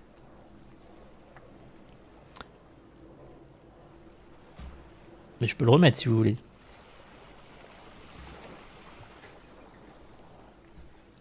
C'est voulu, enfin c'était un choix. Et merci pour le resub, mon cher Adrien. Adsome, pardon. Tu es en incognito ici. Bravo au courageux matinalier. Mais le courage m'est donné par une formidable communauté, voyons. Évidemment. J'ai un trou dans les cheveux là. Ça se voit, je perds mes cheveux. C'est terrible. Troisième et dernière actualité scientifique de la semaine. Une info insolite. Qui n'a jamais rêvé de devenir invisible tel Harry Potter en s'enveloppant d'une cape d'invisibilité. Depuis des années déjà, des scientifiques tentent de développer une technologie permettant de camoufler n'importe quel objet pour que, quelle que soit la direction depuis laquelle on observe cet objet, quelle que soit la direction depuis laquelle on l'éclaire, cet objet reste invisible. Ça a notamment été expérimenté pour le domaine militaire.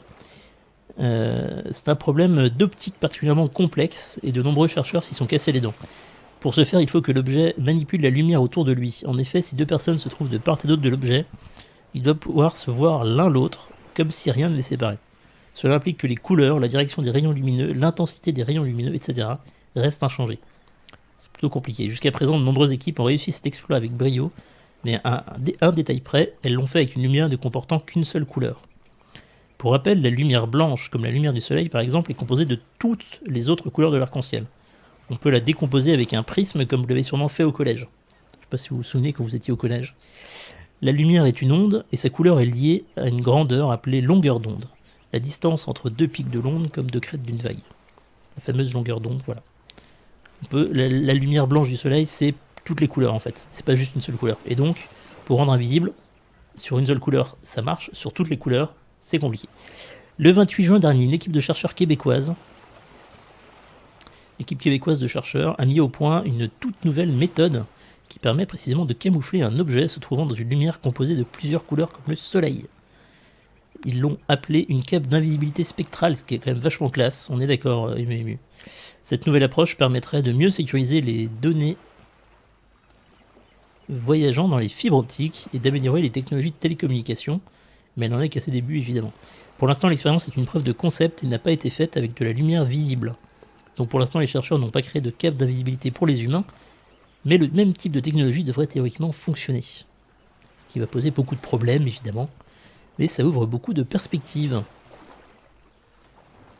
Ça revient à mettre une digue et ne pas bloquer les vagues en gros.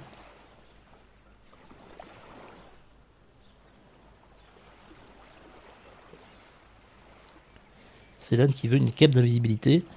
Écoute, fais un don à Acropolis et peut-être que tu recevras par la poste dans quelques semaines une cape d'invisibilité.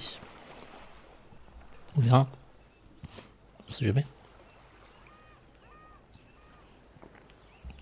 Et voilà, un grand merci à Ému pour cette actualité scientifique de la semaine. Il est 9h31. Que nous reste-t-il à faire? On pourrait parler du programme d'Acropolis. Ce qui a déjà été fait. Donc je vous le rappelle, on va revenir dessus, hein, histoire que on soit sûr que vous avez bien compris. Ce matin, comme un lundi, jusqu'à 9h45 environ, hein, évidemment. Demain, les QAG à 14h30, Didi Économie Stupide à 20h. Mercredi, Party Time.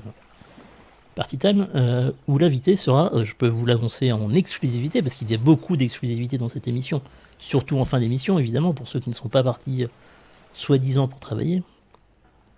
Ce sera un militant de la République En Marche, petit parti qui monte malgré le silence des médias, qui sera présent au micro de ce cher Adrien Sommier. Voilà, rendez-vous à 14h30 mercredi. Et donc, l'information que vous attendez tous, à partir de vendredi, donc nous on descend jeudi pour emmener le matériel et prendre le temps de nous installer correctement. Vendredi commencent les rencontres économiques d'Aix-en-Provence. Et nous allons commenter non pas 3 sessions comme on l'a fait l'année dernière, 3 sessions de débat, mais 4. Parce que vous en voulez toujours plus et nous en donnons toujours plus. Parce que c'est notre projet. Alors, ce qu'il va se passer, nous allons avoir, je vous dévoile doucement les informations. Vendredi 6 juillet, à 16h, l'heure du match France-Uruguay. Évidemment, on avait anticipé cet événement, peu importe. On n'a pas choisi l'ordre des sessions, on a choisi par rapport au sujet, non pas par rapport au match de foot. Vendredi 6 juillet à 16h, nous aurons premier sujet, les institutions sont-elles capables de s'adapter? Sachant que le sujet des rencontres économiques d'Aix-en-Provence cette année, ce sera les métamorphoses du monde. Et donc dans le cadre des métamorphoses du monde, les institutions sont-elles capables de s'adapter? Parmi les intervenants, il y aura François Baroin. François Baroin, vous avez déjà entendu parler, notamment parce qu'il a été ministre ou secrétaire d'État au gouvernement Fillon. Et il est aussi président de l'Association des maires de France, qui est une structure quand même assez importante. Il y aura également des gens moins connus comme Lorenzo Bini Smaghi, Henrik Enderlin, Calypso Nicolaïdis et Jean-Marc Janaillac, dont vous avez entendu parler il y a peu, puisque c'est encore pour quelques jours le président, à moins qu'il ait déjà démissionné, le président de Air France, qui a perdu le référendum qu'il avait lancé sur référendum interne à Air France. Voilà. Tous ces gens-là seront des intervenants de cette session de vendredi 6 juillet à 16h. Les institutions sont-elles capables de s'adapter? Qu'en pensez-vous? Qu'en pense-t-il? On verra ça vendredi 16h. Samedi, nous allons commenter 2 sessions. En fait, la première ne sera pas vraiment une session, ce sera plutôt un débat sur le sujet où est la démocratie numérique. Et les intervenants seront Xavier Bertrand, président de la région Nord. Hauts-de-France, pardon, ça s'appelle les Hauts-de-France maintenant. Le Nord, c'est un département, n'importe quoi, ce que je raconte. Et il y aura également Baridine et Alain Veil, le président du groupe Altis. Altis qui est propriétaire notamment de SFR, de BFM, de RMC, etc. etc. Donc ça, c'est samedi à 11h30. Et à 16h30, combien valent nos données, sur Internet notamment, avec différents intervenants moins célèbres, mais surtout un modérateur de qualité, un certain Arnaud Gantier, présenté sur le site des rencontres économiques comme étant le CEO de la chaîne Stupid Economics. Voilà, j'ai trouvé ça assez drôle. Mais voilà. Je me demande bien quelles seront leurs conclusions à ces gens. Eh bien, nous en saurons plus ce week-end. C'est ça qui est intéressant en fait. Sur ces sujets qui semblent plus ou moins éloignés de leur thématique, leurs avis seront passionnants. Et donc effectivement, Arnaud sera modérateur d'une table ronde aux rencontres économiques à Aix-en-Provence. On espère qu'il viendra avec nous en plateau à la suite de cette table ronde pour en parler.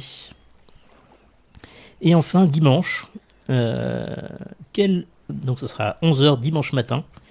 On avait une session qui était thématique assez intéressante plus tôt dans la matinée, mais on s'est dit que le dimanche matin, c'était pas forcément pertinent de faire des lives trop tôt. Il n'y a pas grand monde. Et donc, à 11h, quelle métamorphose pour la France? Les intervenants, Thomas Buberl, John Chambers, Bruno Le Maire, ministre de l'économie et des finances français, qui était déjà aux rencontres économiques à Aix l'année dernière, et Agnès Trouble, aussi connue sous le pseudonyme Agnès B. Voilà les sessions que nous allons commenter. Sachant que samedi matin, il y aura également un débat en présence de Édouard Philippe. On a appris ça il y a 15 jours, je crois. On n'a pas prévu de le commenter. On n'exclut pas de le faire, mais voilà, sans garantie. On verra si on est réveillé, vu que c'est plus tôt que ce qu'on a prévu de faire. C'est peu probable qu'on le fasse, mais on ne sait jamais. Sachant que l'objectif, c'est qu'à la fin de ces sessions, on puisse recevoir... Oui, Édouard Philippe, Fimat. À la fin de ces sessions, on puisse recevoir au moins un des intervenants de la session, comme l'année dernière, pour débriefer avec lui, approfondir éventuellement des points qui ont été développés, et aller plus loin avec vous, avec le chat, sur les propos de la session. Alors, on verra qui se rendra disponible pour ces débats, mais il y a des moyens d'avoir des intervenants assez intéressants sur chacune de ces sessions. Voilà. En général, je peux pas vous dire tout de suite qui sera en plateau aujourd'hui. On a fait une liste des gens qu'on aimerait recevoir. Maintenant, il faut qu'ils soient disponibles, il faut qu'ils acceptent, voilà. C'est assez compliqué, ce genre de personnalité. Je vous ai mis aussi dans le Framapad que je vous ai partagé dans le chat le lien du programme des rencontres pour aller plus dans le détail. Pour chaque session, il y a un détail de l'intention en fait du débat ou de la session. Et comme ça, vous en saurez plus. Voilà. Et on arrive à la fin de cette émission finalement. Je ne sais pas si vous avez des questions sur le programme, sur ce qui va se passer. Normalement, on se retrouvera donc le 9 juillet à 8h pour la matinale. Non pas à 8h30 comme Jean a l'habitude de le dire, parce qu'il ne se lève pas à 8h, évidemment, il se lève à 8h30. Parce que l'actualité internationale, c'est sa passion finalement, et comme ça à 8h30, l'actualité internationale, c'est logique qu'il se lève à cette heure-là. Petit règlement de compte tout à fait gratuit, et sans aucun fondement, vous me connaissez. Que dire de plus? Il y aura le congrès de Versailles qu'on va commenter sur Acropolis la semaine prochaine, évidemment lundi après-midi à 14h, je pense, à peu près, prise d'antenne. On verra comment on va l'organiser. Il y aura les QAG le mardi, il y aura Party Time le jeudi. Parmi les autres informations, je vous rappelle qu'on a lancé un appel à bras, un bras raccourci. Ah, excellent. Pour ceux qui souhaitent nous soutenir pour le déménagement, puisque Acropolis déménage. On vous en parlera plus amplement prochainement. On fera un live, un Inside Acropolis qui vous en parlera plus en détail, évidemment. On va partir se rapprocher de chez moi déjà, c'est vachement important, et pour des plus grands locaux. Donc ça va être chouette, avec des copains, ça va être chouette aussi.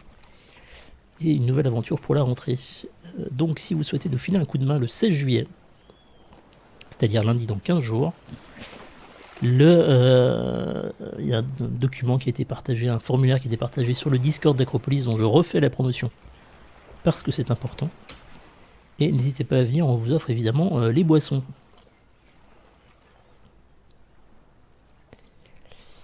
Voilà. Que dire de plus dans l'actualité immédiate? On a lancé des 2 apéropolis prochainement. Et ça, c'est important. Le 16 juillet, n'importe quoi. Samedi. Je suis en train de m'endormir là. Le 7 juillet, samedi, ce samedi, dans 6 jours. 5 jours. 5 jours. À Aix-en-Provence, le soir, on sera pleinement disponible pour boire un verre avec vous. Et notamment en présence de Perceval, mais pas seulement. A priori, Jean-Michel Ballistique s'était proposé tout à l'heure, donc tu es le bienvenu évidemment. N'hésitez pas à venir à notre rencontre. On va se revoir sur des terrasses à Aix-en-Provence, sous le soleil, avec les cigales évidemment. On ne sera pas au bord de l'eau parce qu'Aix-en-Provence, il n'y a pas la mer. Mais il y a de l'amour dans les cœurs et ça c'est important. Donc voilà, signalez-vous, on s'organise, on se retrouve, je ne sais pas où encore, on trouvera un endroit tout à fait sympathique pour discuter. Et le 18 juillet, à boire du jus de pomme évidemment, ou tout autre jus de qualité similaire, mon cher Célan.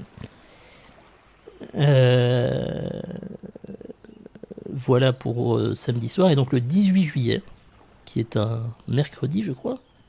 Ah, vous voyez le calendrier, formidable. Effectivement, le 18 juillet, c'est un mercredi.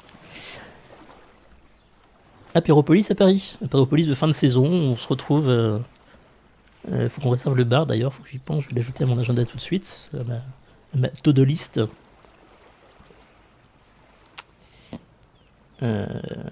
Hop. Blablabla. Bla bla. On a reçu un type, ça j'en ai déjà parlé. Réservé bar Apéropolis. Voilà. Et on vous annoncera le bar dès que ce sera réservé. Voilà. Apéropolis à Aarhus. Non, personne. Non, j'ai pas compris.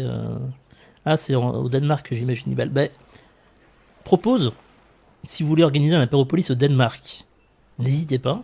Si vous voulez qu'on soit présent, n'hésitez pas à faire un don. Parce que ça fait un peu loin, en fait. Nous, on vient, hein. Faut juste financer le projet, mais sur le principe, avec grand plaisir, Nibal. Hein. Et bonjour Zotavman, tu arrives pile pour la fin de cette émission. Il est 9h42 et 40 secondes. Que vous soyez présent, c'est obligé. Absolument pas. C'est pour ça que j'ai dit si vous souhaitez qu'on soit présent. C'est vous qui voyez, c'est vous qui décidez. 9h42, 9h43. Je vous remercie d'avoir été présent. Je vous remercie d'être une communauté de si grande qualité. Je remercie évidemment Kylian qui a grandement contribué à la préparation de cette émission, ainsi que Nibal et Emu qui ont produit du contenu de qualité toujours. Les dons marchent plus, mais si, ça marche, c'est une question de volonté, ça. Je vous souhaite une bonne journée, je vous souhaite une bonne semaine. Rendez-vous demain à 14h30 pour les QAG de la session extraordinaire. D'ici là, portez-vous bien, soyez amour au quotidien, soyez bonheur, soyez générosité, soyez don d'ubiquité. Et obtenez le bac, parce que c'est vendredi les résultats. Passez une journée agréable sous ce soleil cuisant. Et je vous souhaite de recevoir de bons baisers de ma part. À bientôt.